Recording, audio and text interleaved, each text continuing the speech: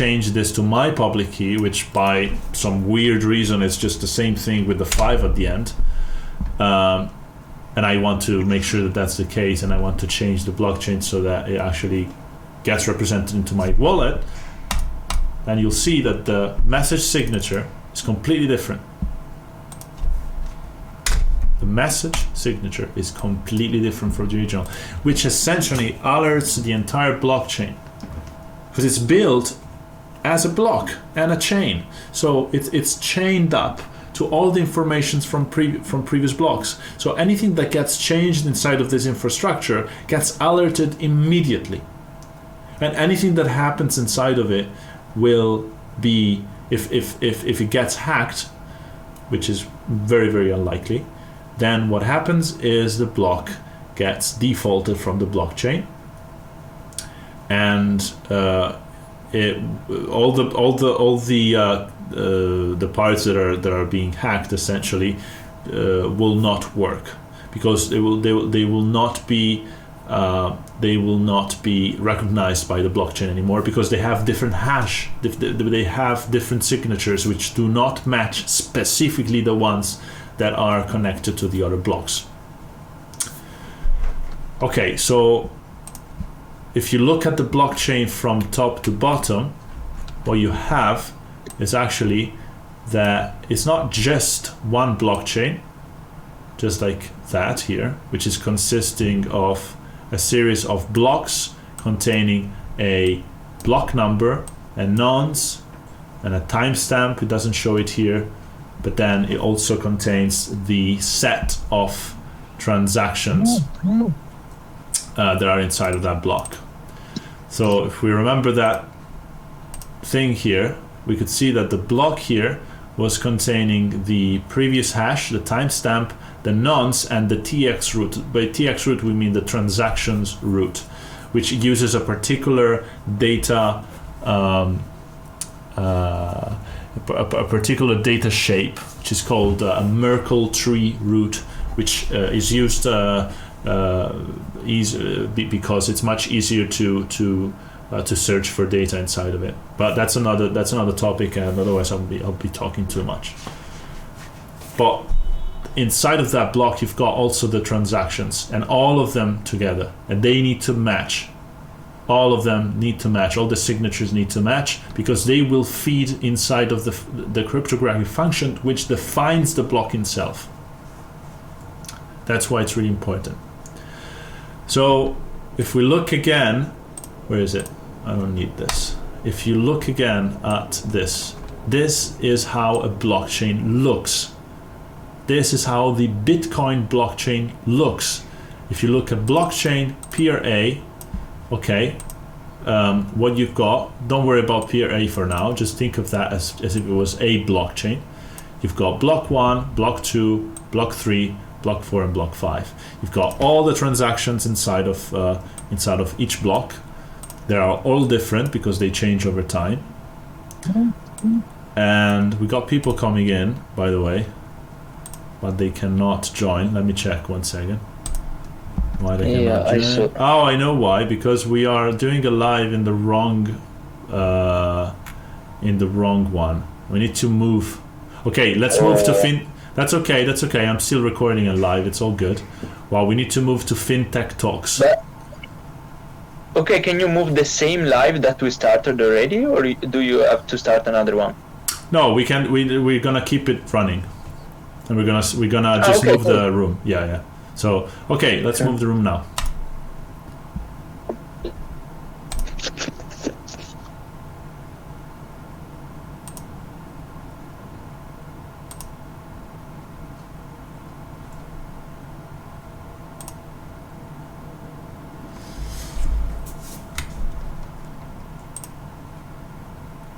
And let me get.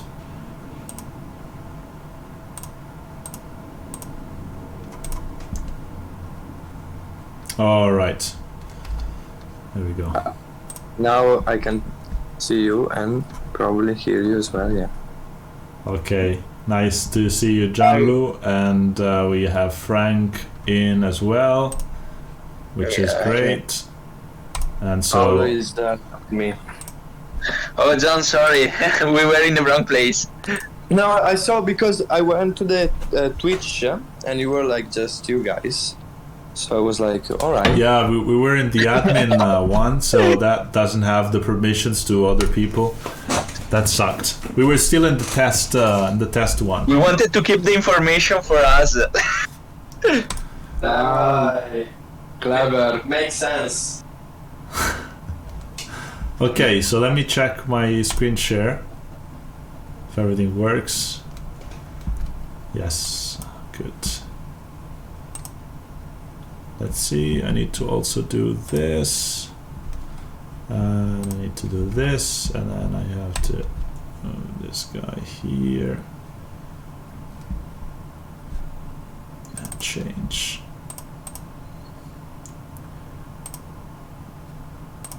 Okay, now it should be good also on Twitch. Okay, so which is the argument you are talking yes, right now? Yes. So what we were talking about is we're talking about blockchain, and more specifically how the blockchain works underneath Bitcoin. So we were looking at, so we defined Bitcoin. We said that it's a cryptocurrency. We said that it works on an infrastructure which is called the Bitcoin blockchain. And we said that it's a digital asset. It's not a physical asset, it's digital. It's decentralized because we don't have a bank behind this. We don't have to hold our money to our bank. It just works flawlessly. We can send money to anyone we want. That's going to work fine because we don't have to pass through a bank. We don't have to pay fees. We don't have to do anything. We just send money, and that's absolutely cryptographically secure. Now, the infrastructure over which Bitcoin works is the blockchain. And I was showing just before, that's good that we can go back because it's important for everyone to understand this. So the blockchain works, as you can see in the picture, where you have a series of blocks chained together. You've got a block, and every block will have the following 4 types of information. Number 1, it will have the previous hash of the previous block. So essentially, don't worry about the hash part. Think of it as the previous information. So it contains the information output, let's put it that way, of the previous block. It will have the timestamp. That's when the block gets created or mined. It will contain the entire set of transactions being done up until that point, up until when it gets created. And then it will also have a nonce, which is essentially a specific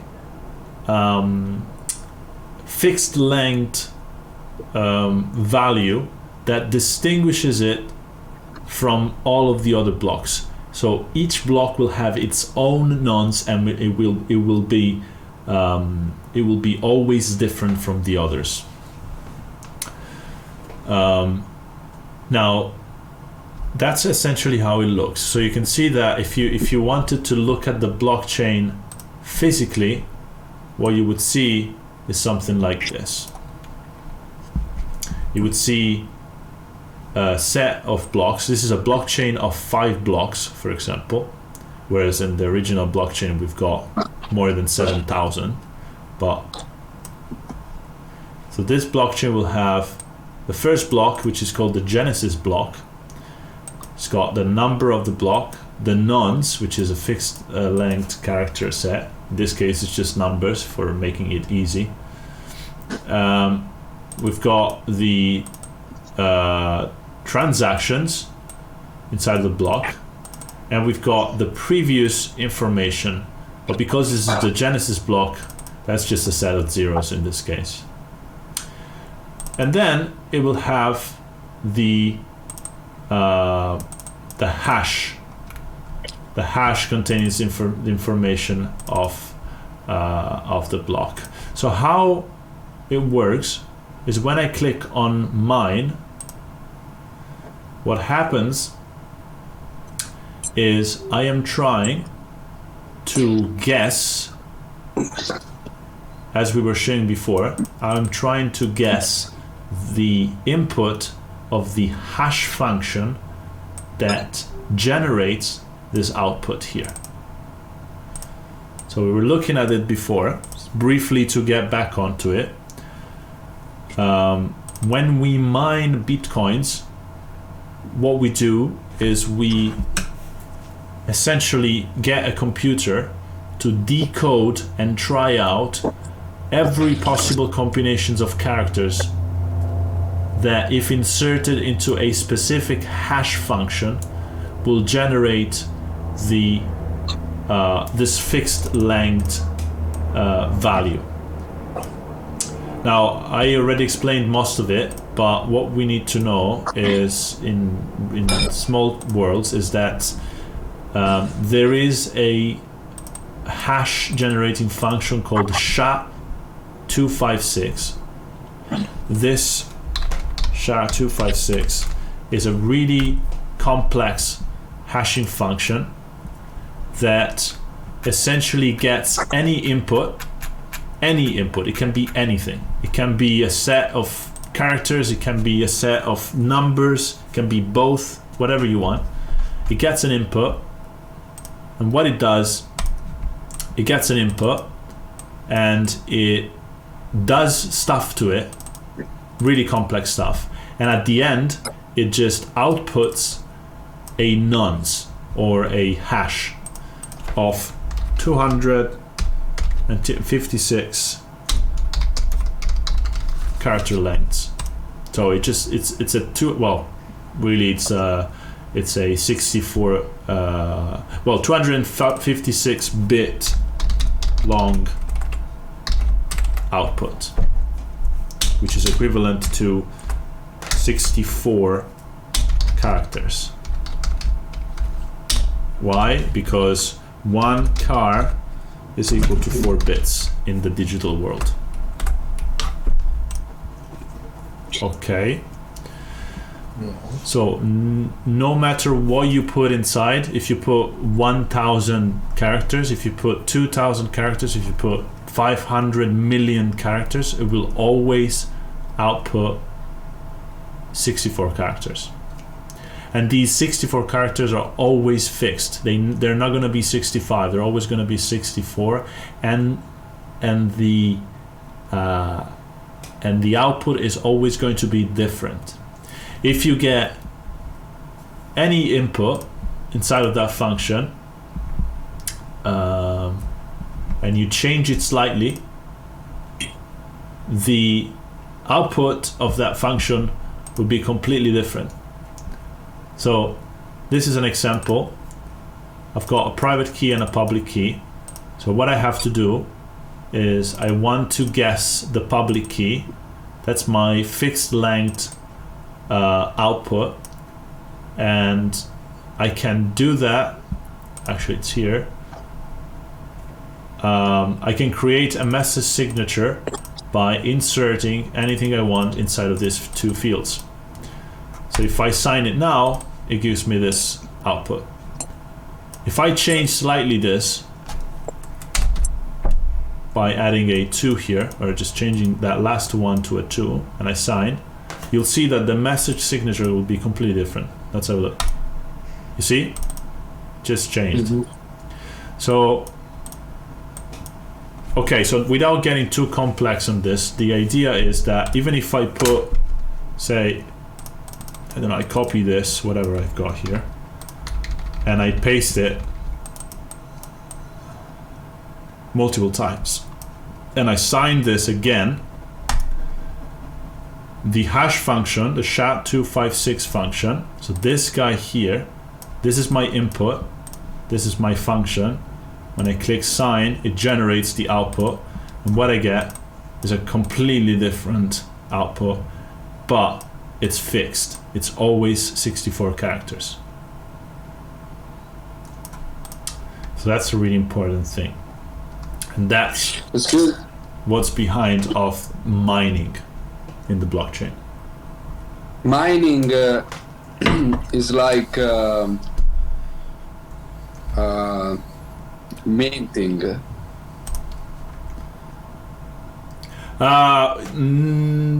Not entirely.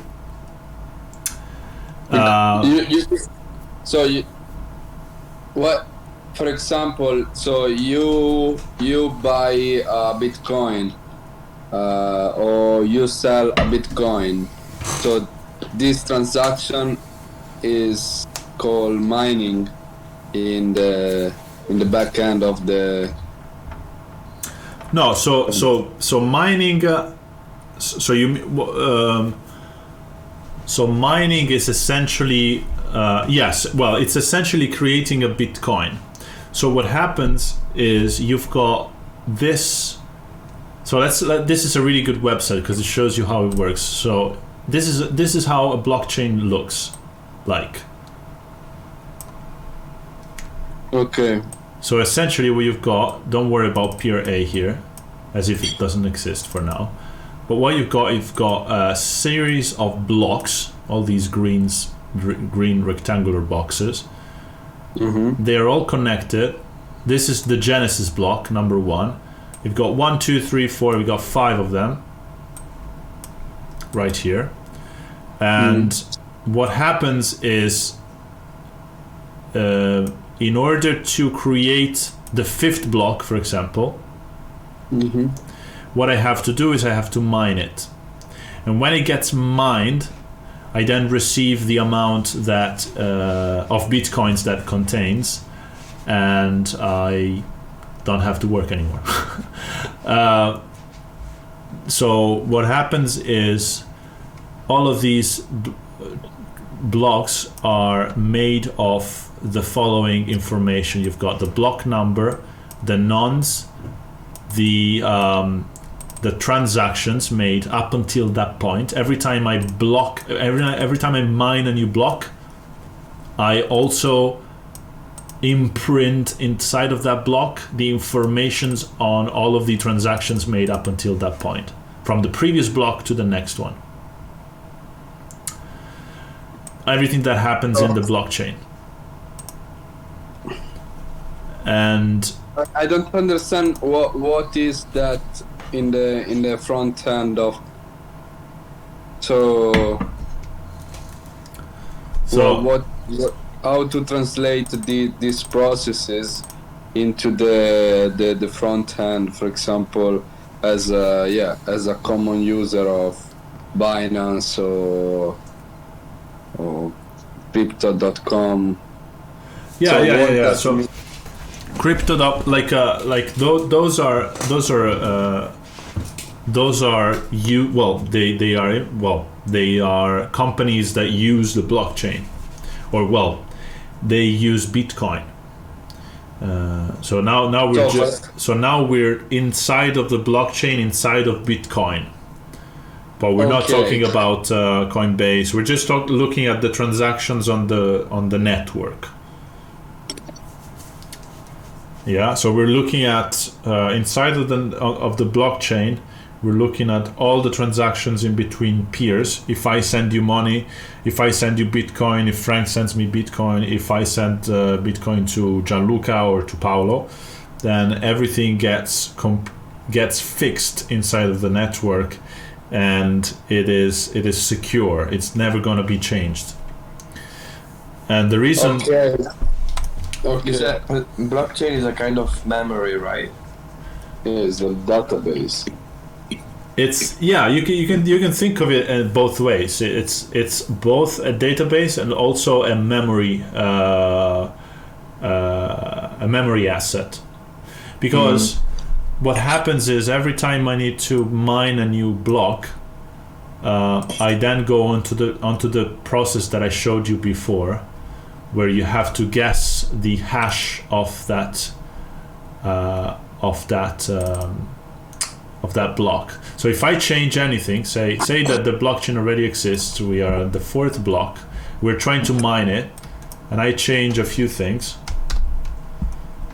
you can see that as soon as I change something, it becomes red, and the reason is that this is not valid anymore. And the reason that this is not valid anymore is because my hash, my information has changed, and therefore the output of the hash function inside of the block has changed and does not match anymore with the information from before. So if I mine this here, what I do is I validate this block because I went through an algorithm. I'm gonna change it again. I went through an algorithm.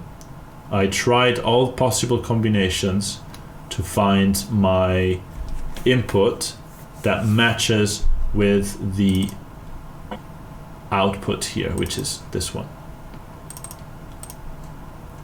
So if I click on mine, it'll take some time, and then it guesses the input, and then the block gets validated once more. There we go. Actually, this example that you are showing us is not realistic. Absolutely not, yes, because it's actually much bigger. And But what is all about? So you are just is a website that you can create. Yeah, so this is just a example website that shows you how the blockchain works. Okay. It's really simple, Okay. but it does show you what's inside of each block. And basically, sorry. Yeah, go on. No, basically, you create a block of for every transaction. So once you sell 1 Bitcoin to Frank, so this transaction is gonna be a block, right? No. So a block does not contain one transaction. It contains all of the transactions. It contains all of the transactions made up until that point. So but in a fixed period. Or yes, from the period where the previous block was created to the period to the moment that the new block gets mined. Once it's mined, the hash code has been solved, and so the information is static, and it just gets imprinted inside of the block. And who decide to mine? Well, if you mine, that's so it's interesting. So now we're getting there. So why would we mine the block? It doesn't make sense. Like why would we want to do that? The reason behind it is that if you mine it, if you mine a block on the blockchain, you receive an incredible amount of new coins, and they are all yours. So you essentially don't have to work anymore. So the reason why we have lots and lots of computers working on finding the right hash that generates the right output, well, the input that generates the hash, then the reason behind that is because they get fed with bitcoins. They get rewarded, and that's the concept behind the proof of work. So the entire blockchain in Bitcoin is based on the idea that if you mine something, if you mine a block, you get rewarded with bitcoins. Okay. So the proof of work, which is computational power, so computers that are running 24 hours a day all over the world, which are trying to guess that riddle, that mathematical riddle, then they will put all their power inside of that single node, and then once it's mined, new bitcoins get generated. And that's important to know, that there is a limit. There is a limited amount of blocks. That's why Bitcoin is really powerful in terms of for financial reasons. So, but everybody can mint. Mine, not mint. Mine. Mint is different. Everybody can mine. Everybody, you can mine, but if you mine just from your laptop, because it's just a computer versus the world, your chances of solving the riddle are so low that it's almost impossible. You get it? Okay. So, okay. And that's why there are what they call mining pools, where you put your computer inside of these mining pools on servers, and you use your computer together with other people's computers that together will mine that same block. And if they mine it, and if they guess it and they win, then they will get a proportional amount of bitcoins. So if you get one computer and there's 20, then you get 1/20th of the reward, for example. Okay. But it's not, so it's not about like so nothing happens if Binance and I buy like 50 quid of Bitcoin. So nothing happened to the blockchain, to the big Bitcoin blockchain. No, because that's just purely a transaction of bitcoins. What happens is that when you do any if you transfer bitcoins inside of the blockchain, there is a validation procedure, and that's why it's so powerful. Only you can send that money to a public key, so that's a public wallet. Nobody else can.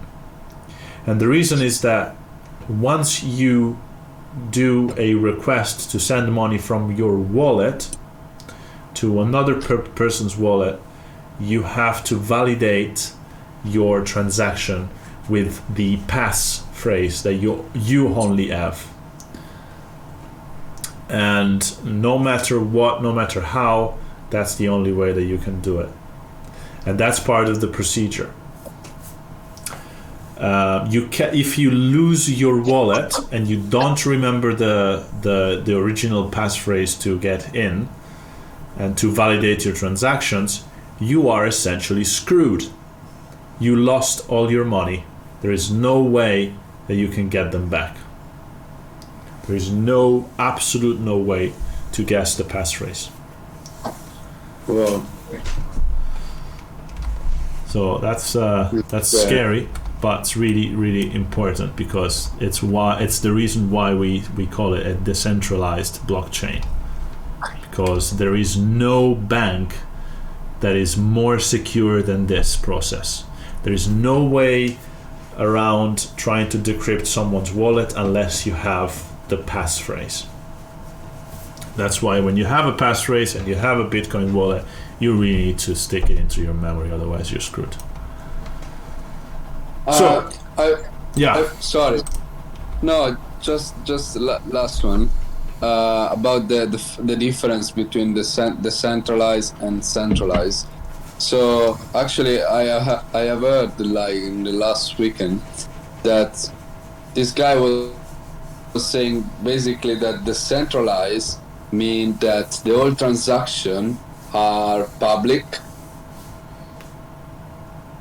So it means that are public and they are part of the blockchain, and the list of the whole transaction give to you the possibility to sell or buy new Bitcoin if it is then the Bitcoin network, for example. But Is that true? Yeah. So all the transactions are visible, and you can actually go online and explore the network by looking at all of the transactions.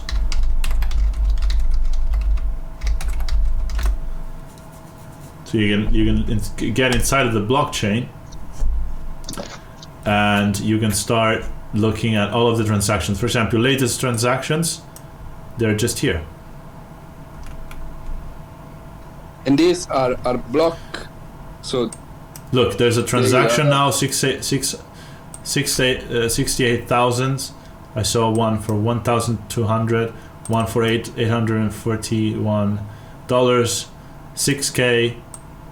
So for example, if I click on one random one, so this is 0.00015 BTC.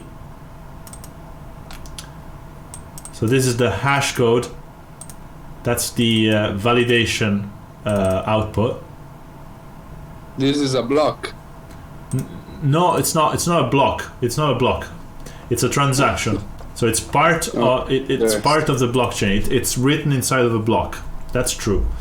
So it's got a hash, unconfirmed, receive time, size, weight. It's not important. The total input, the total output. You can see there was some gas fees here. Wow. Yeah, you see the fees? That's the fees. Mm-hmm. The value when transacted, $436. And it says the input is this address here, and the output are these two addresses right here. So this is the verifier node, which I think you can. No, sorry. This is the 430. Yeah, it's just a transaction between going to two different addresses.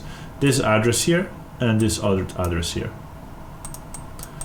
And you can see it. Now the thing is, what do I know about this address? I don't know. I have no clue. Mm-hmm. It's like, who is this guy? I have no clue. I can Google this. I don't see anything. And the reason is that the guy doesn't want to share his public key. That's absolutely fine. But there's people that will be sharing their public key, and that's not a problem whatsoever, because you cannot do anything if you have a public key. So in order to do so, let's just sum up how the transactions work.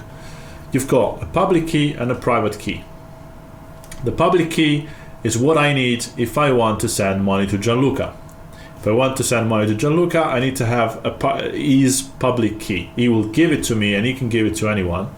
It doesn't matter. Nobody's gonna get harmed if he does it. And once I have his public key, I can then send, say, 0.01 BTC to the public key that he gave me. And then once that transaction's done, I have to validate it using my private key. So that's important. I don't want to give my private key to anyone.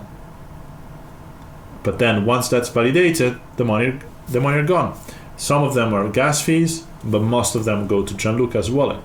And Gianluca can then access his money and transfer them anywhere else using his own private key, which I don't need to know about. If I know his private key, probably Gianluca screwed, or there's something wrong. I should not know anyone's private key.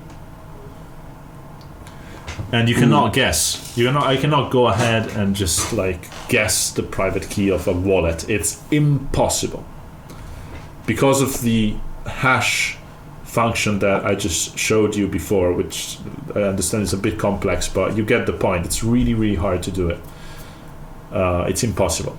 The only way that you could do it is if you beat the hell out of someone, then you constrict him to give you the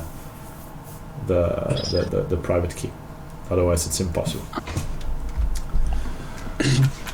Yeah. Thank you. So we've talked about a lot about this. I think just to get back onto just the proof of work, that's how it works. That's how the blockchain works.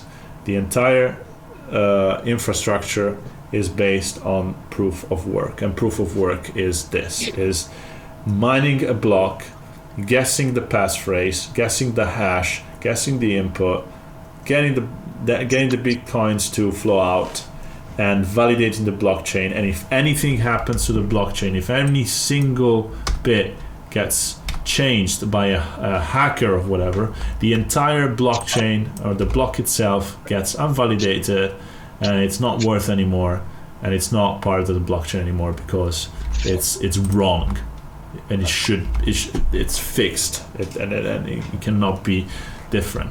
Now, just last thing on this, and then we're gonna close. The last thing is, where does the blockchain live? It doesn't live on a server. It doesn't live on someone's wallet. It lives on people's computers. So it's hard to believe, but it lives on people's computers. There are different sets, different copies of the blockchain that are stored on people's computers, and I can download the blockchain.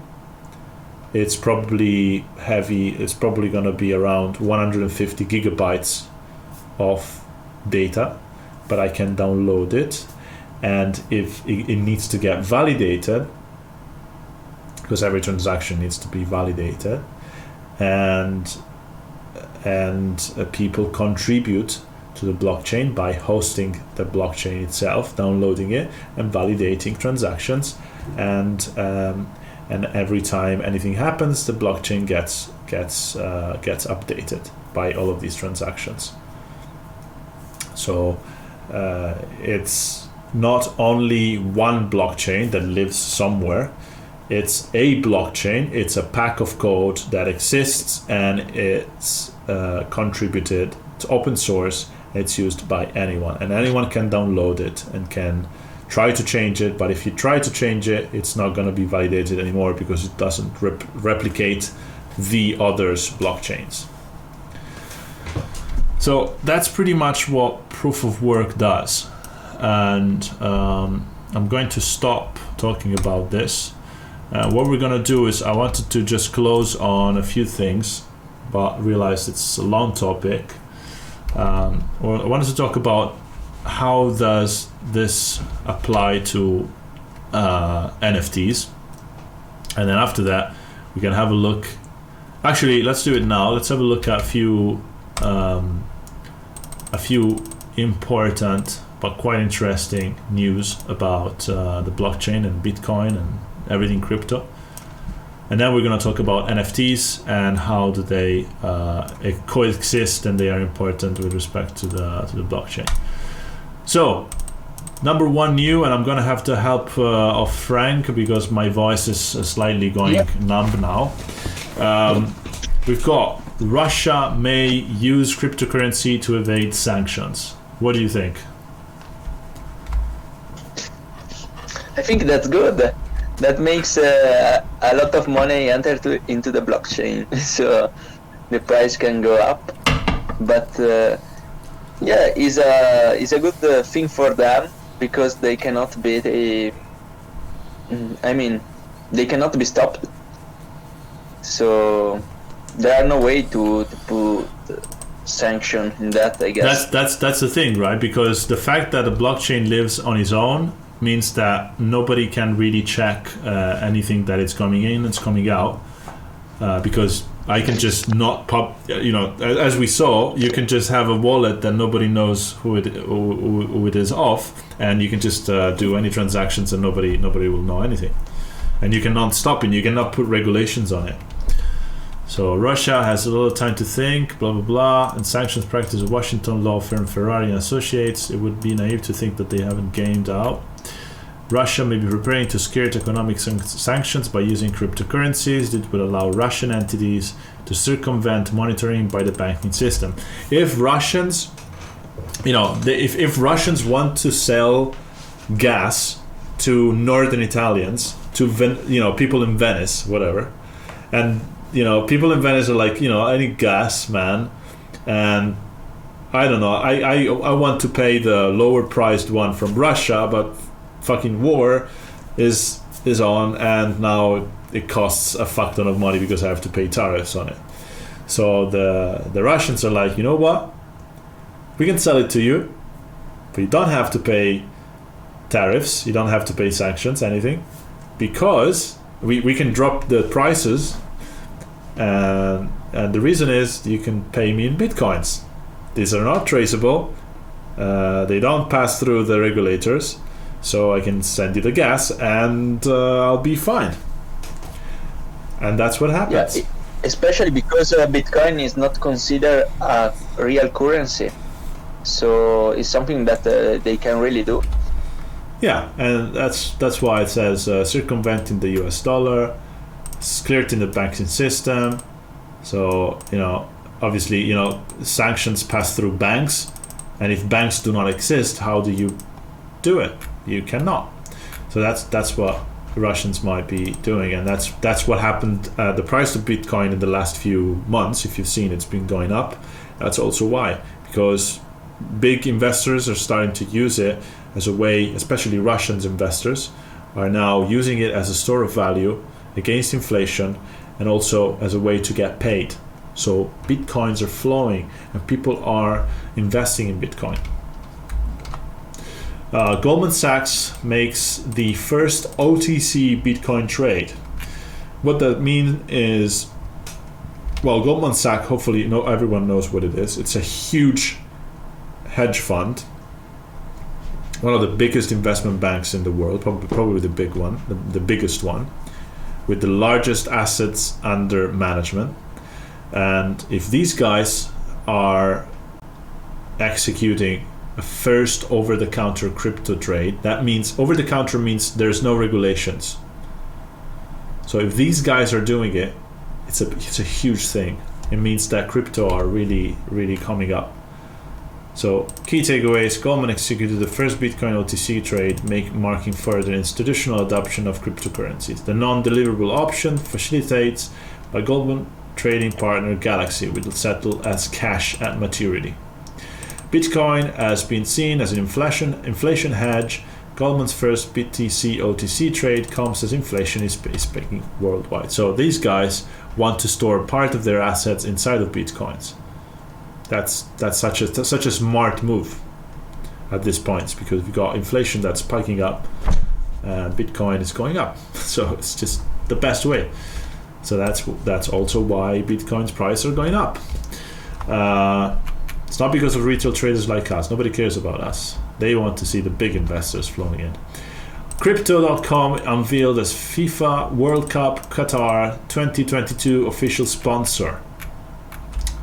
As an Italian, I'm going to look at the World Cup and I'm going to cry like a baby every single time, because we're not going to participate. We got kicked off miserably by Macedonia del Nord, which is terrible.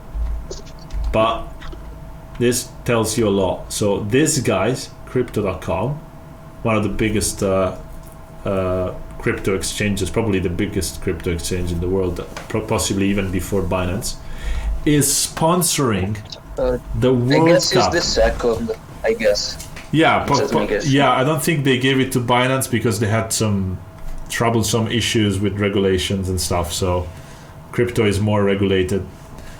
I think that's why they gained the sponsor. But it seems like it's a simple new, but actually it's such an important thing. It's crazy if you think about the fact that you have a FIFA World Cup is sponsored by crypto. It's unbelievable. CME Group to offer micro Bitcoin and Ether options. So this is another important. Sorry guys, finally. Finally what? No, the crypto sponsor. Yeah, it's crazy. It's absolutely crazy. Yeah. That means we're going up with the crypto world. Yeah, it's better than, I don't know what was the sponsor last time, but don't remember. But yeah, it's a good news. Yeah. The marketing is powerful. I mean, you'll see next World Cup is gonna be OpenSea. Yeah. So maybe get the next get your the- money the rolling, man. Get some Oh, NFTs. Yeah. Okay, so the next part. Sorry for interrupting. No, it's okay. It's all good. We're having a laugh now. But CME Group to offer micro Bitcoin and Ether options. This is also an important thing. So CME Group, it's the Chicago Mercantile Exchange. Okay, it's the largest broking platform or market data provider in the world. And they have decided that they will offer micro options on futures contracts for Bitcoin and Ethereum. That is big news. So it's not only the fact that you can trade them, but it's also that you can speculate on the price of them. So Frank was talking about digital options, if the price goes up, if the price goes down. So imagine that is now on Bitcoin and Ethereum. That is a huge thing. Okay, so that means that even regulators like the CME, which has been in the market for the entire century, are now starting to gather their infrastructure towards crypto. It's crazy. Zuckerberg announces Instagram will incorporate NFTs. This is for Paolo. There you go. Zuckerberg hopes to be able to mint NFTs on the platform. So this is essentially, Instagram will have the way to mint NFTs. Probably at some point we'll have accounts that will be NFTs. We don't have. I'm gonna just skip through a few of these, but China's also been along in a while now for creating its own digital currency platform, or essentially its own cryptocurrency, which will be shadowing the yuan. I don't know if it's going to replace it, or I don't know how that's going to work, but they have been working for more than 5 years to create a DCEP, which is the digital currency electronic payment, which is under the shape of the yuan. That's the Chinese currency. So this is a huge thing. It means that an important nation like China, which is a huge, it's got a huge market influence, will start building on blockchain. That's important. 88% of surveyed high net worth art collectors interested in buying NFTs. So 88%, so around 9 people out of 10, which are high net worth individuals, people that have millions and trillions in their own accounts, they are interested in buying NFTs. This is huge. This is really huge. So that tells you how these people are believing inside of NFTs. But in my opinion, it's because they have so much money to spend that they don't care. They just spend it everywhere.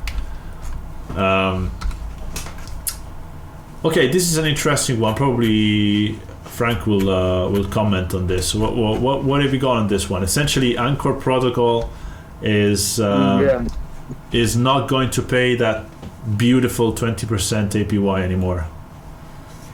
Yeah, at the moment, luckily it's still at 20, but Anchor say that if the yield reserve go down, the yield reserve is the money that have been accumulated in the prosperity phase of Anchor, when the protocol was overperforming.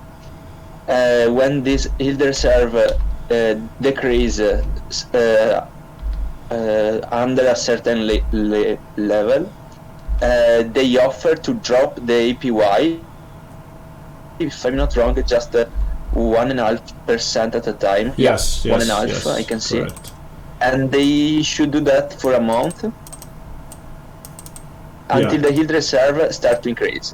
So if the yield reserve keep decreasing, they take off another 1.5 the month later, and go on, and they raise 1.5 if the yield reserve increase. So, for example, if the protocol is extremely profitable in the next month, they will raise the rewards to 21.5, for example. Right. If not, probably it go down. Yeah, the deliberations are tentatively putting the rate at 18.5 now. So yeah, they're dropping it by 1.5. Now it's about 19 point something. Yeah. So yeah, I mean, to be honest, I've got comments on this, but not too many. But like, this tells me that the protocol itself is not criminal, right? It's just a good protocol. Yeah. And it means that's good, actually. Yeah, so they are sort of saying, okay, this is what's happening. Look, this is not sustainable, so we're gonna drop the rate, which is perfectly fine. And to be honest, even if they drop it to 10%, that's still a fuck ton of an interest. Yeah, so it is. And luckily now I can see in your picture that the total amount borrowed is 2.8 billion. Now, if I'm not wrong, it increased till over 3 billion. So now there is more collateral and more people are paying the interest. Oh yeah. So maybe we are safe for the next month, but even if we are not, I haven't invested absolutely anything in Anchor, so I will have to do it before it's too late, because I'm not getting that 20%. I need to move a substantial amount of money. I trust this protocol. I think it's good. Anyways, going further, cryptocarbon, can blockchain networks fix carbon offsets? This is sort of a big article, to be honest. We know that the thing about Bitcoin is this, guys. It's a really beautiful currency, and I would like to make love to it. But it's also a currency that is wasting an insane amount of energy. And the reason is because it gets mined.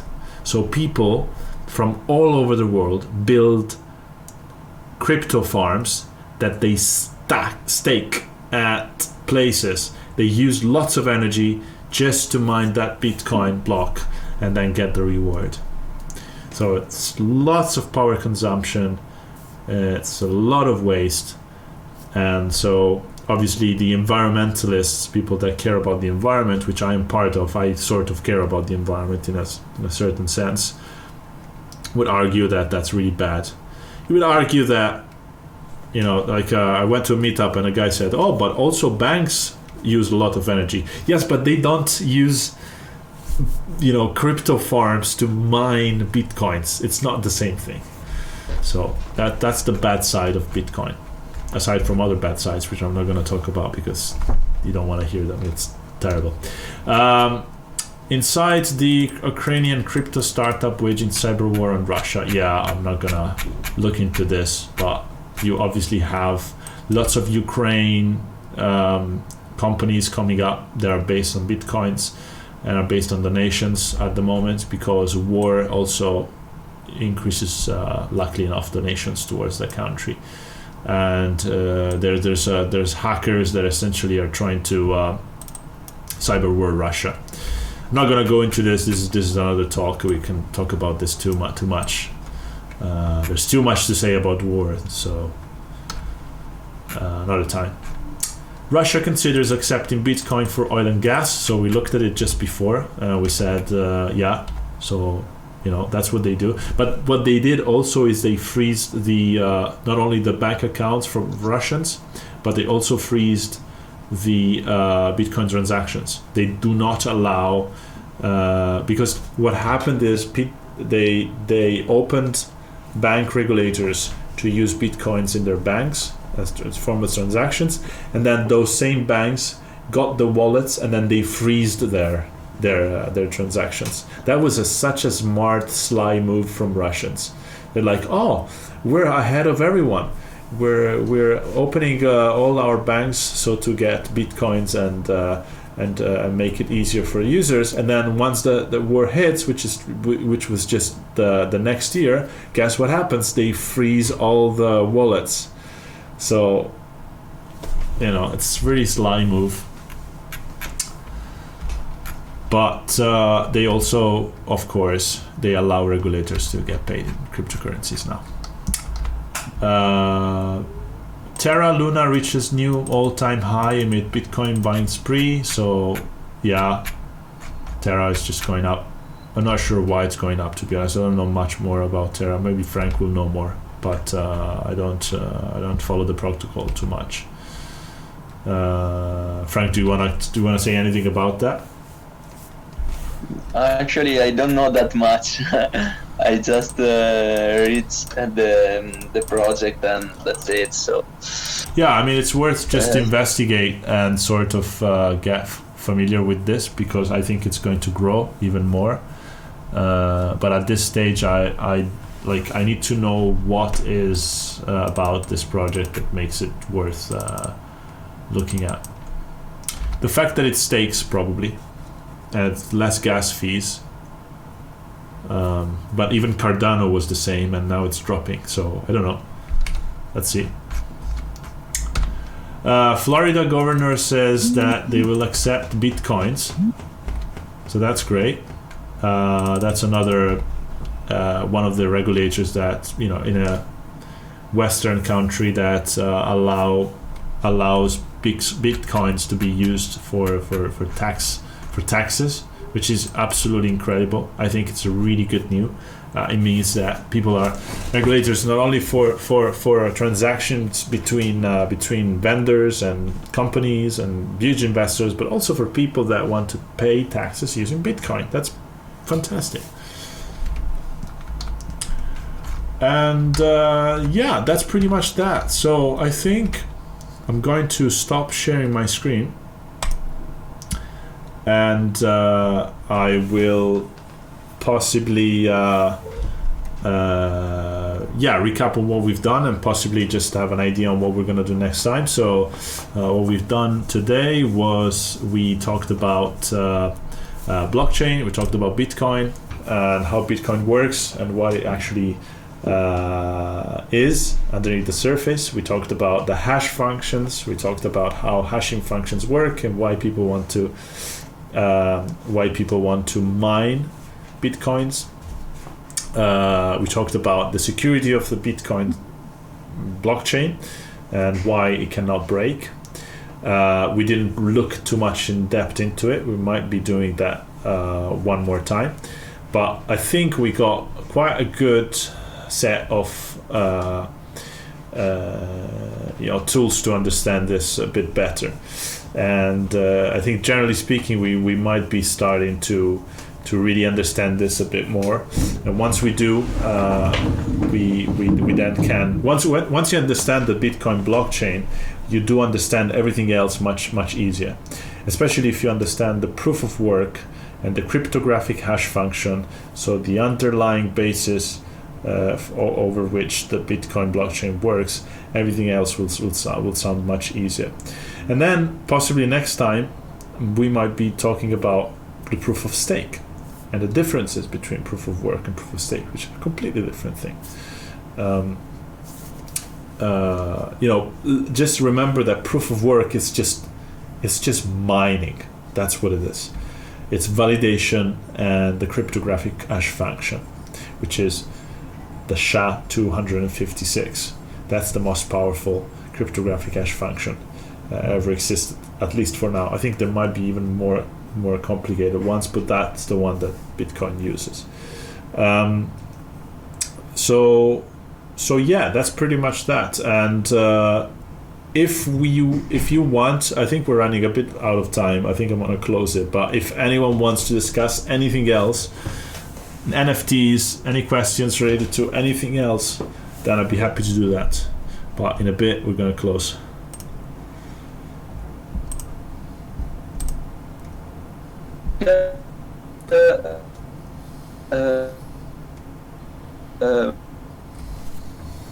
define and the functionality, hash, and all of that on the group. Sorry, I lost you If you there. can, yeah, if you can link, share the link on the group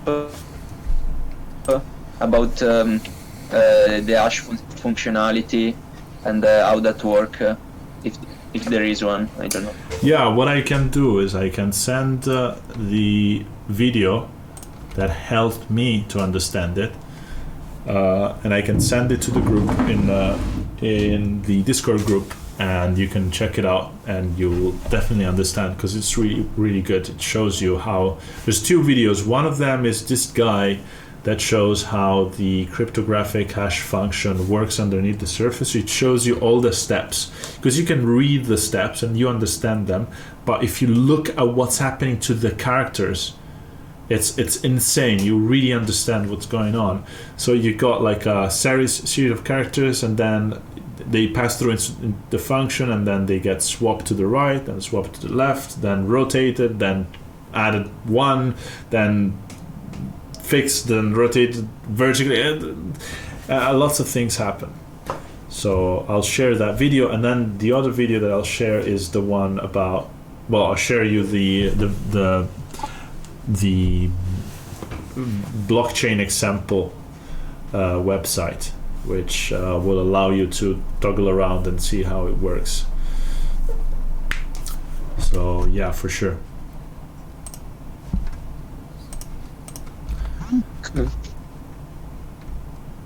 And I think I'm going to drop off the Twitch stream at least, and then we're going to be local.